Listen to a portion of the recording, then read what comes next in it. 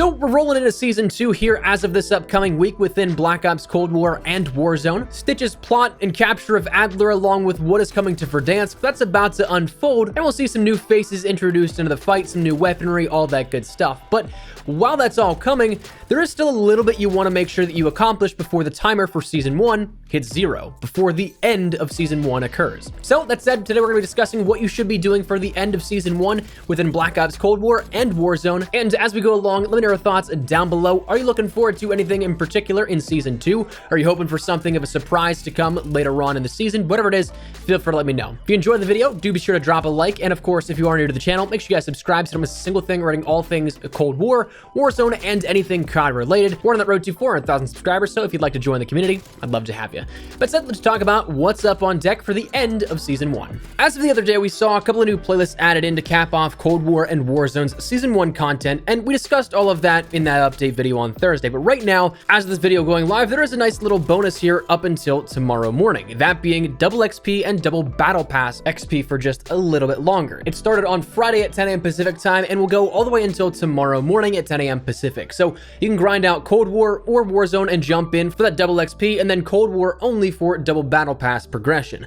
This will be a huge help if you haven't hit Master Prestige yet, or if you haven't completed your Battle Pass fully, because as we'll detail with the rest of the video, this is now getting to be the last chance, really. So this boost is absolutely going to be a big help. Make sure you jump on while you still have the opportunity to do so. But that said, let's take a look at the final couple of days here of Cold War and Warzone Season 1, what you need to do and what you need to be aware of before it runs out. Starting with your max rank. Now, this is an interesting one. Unlike Modern Warfare last year, the window in terms of rank differential may be incredibly large. Last year, you had your enlisted ranks that got you from 1 to 55, but after you hit 55, you never had to do 1 to 55 again. So every single season, you reset back down to 55 and then had a max rank of 155.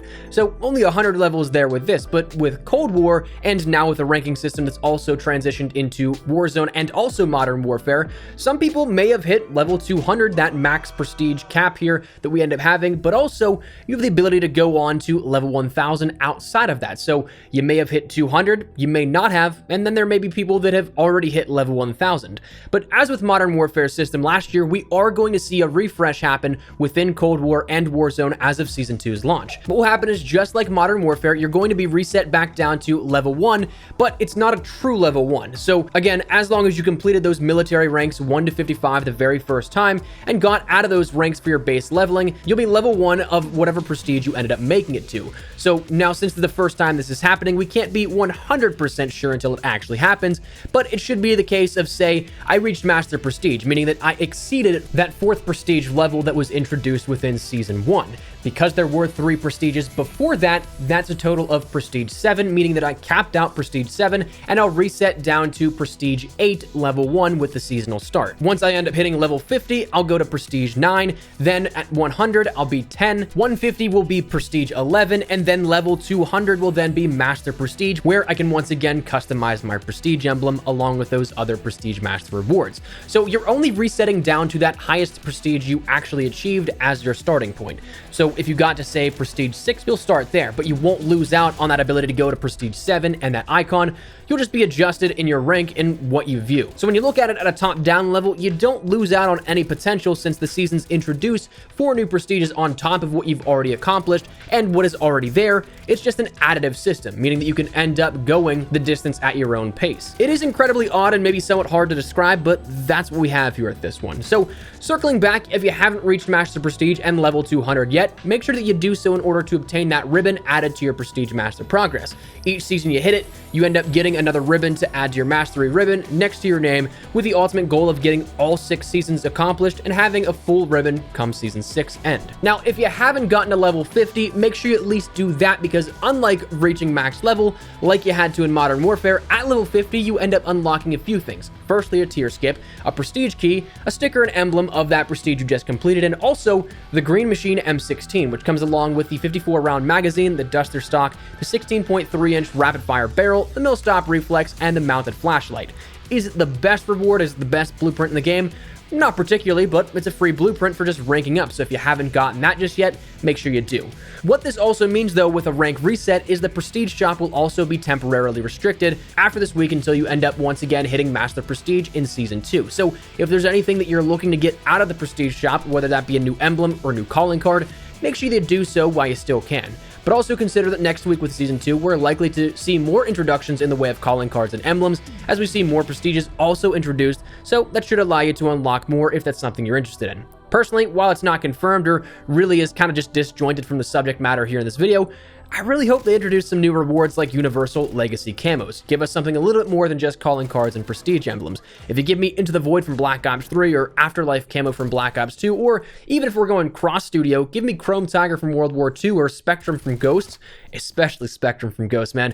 If I could put that on every single gun, I don't think you'd understand how much more willing I'd be to grind out MP and to get Prestige keys to unlock that. I would absolutely do so. But that's your rank associated items you want to make sure you take care of business with.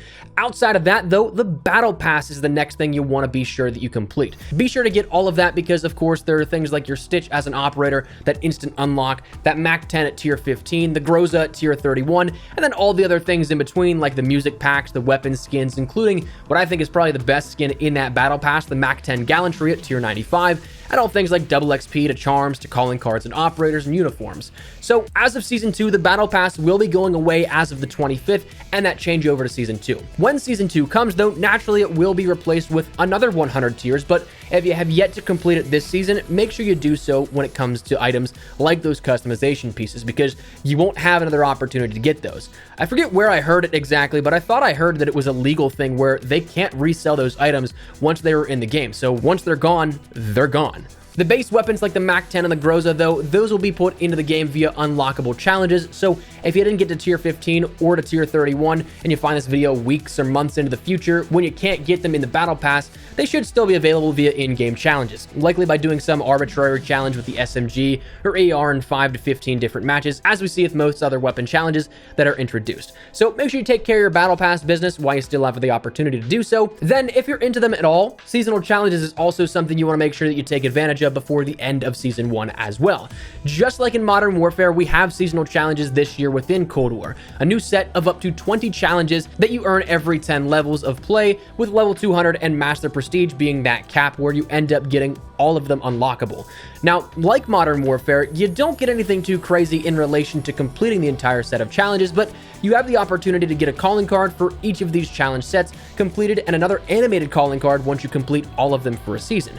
You have the opportunity to do these for both multiplayer and zombies, which is cool, so if you like one mode more than the other, you're not really limited to doing something you don't quite want to. I know that there are some Warzone challenges, so kind of take that statement with an asterisk, but you should be able to end up being able to play relatively how you want, and these should be resetting as of Season 2. But other than that, that is where we're at here at the end of Season 1. We got some cool stuff up on deck that we've talked about on the channel already in terms of new weaponry, new experiences coming to Cold War and Warzone. We'll be seeing maybe some stuff in terms of an event for Warzone as well, and Cold War finally be getting some new content added to the mix for those that just want to play the traditional MP we have there with that. So that's where we're going to wrap it up. Just again, make sure you complete all of your stuff here by the end of Season 1 as of this Thursday, Wednesday night going into Thursday.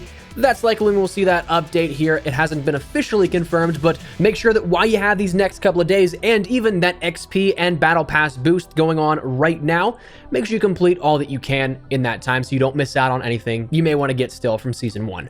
But that's where we're going to wrap it up. That's everything I wanted to talk about and let you guys know about. So let me know your thoughts down below. Are you guys looking forward to Season 2? Have you completed everything on your list here for Season 1? Whatever it is, feel free to let me know. But hopefully you enjoyed the video. If you did, make sure to drop a like down below. And of course, if you're new to the channel, make sure you guys subscribe so it's a single thing running all things Cold War, Warzone, and anything COD related, especially as we round into Season 2. So if you're interested in any of that, make sure you hit that subscribe button. If you also want to follow me over on Twitter and Instagram, those are the best places to get content on YouTube. Practically live on both those. If you guys want to strike up a conversation, ask me a question, whatever it may be, that link is down there in the description below. That said, thanks so much for watching. My name is Espresso. I'll see you guys later. Take care and peace.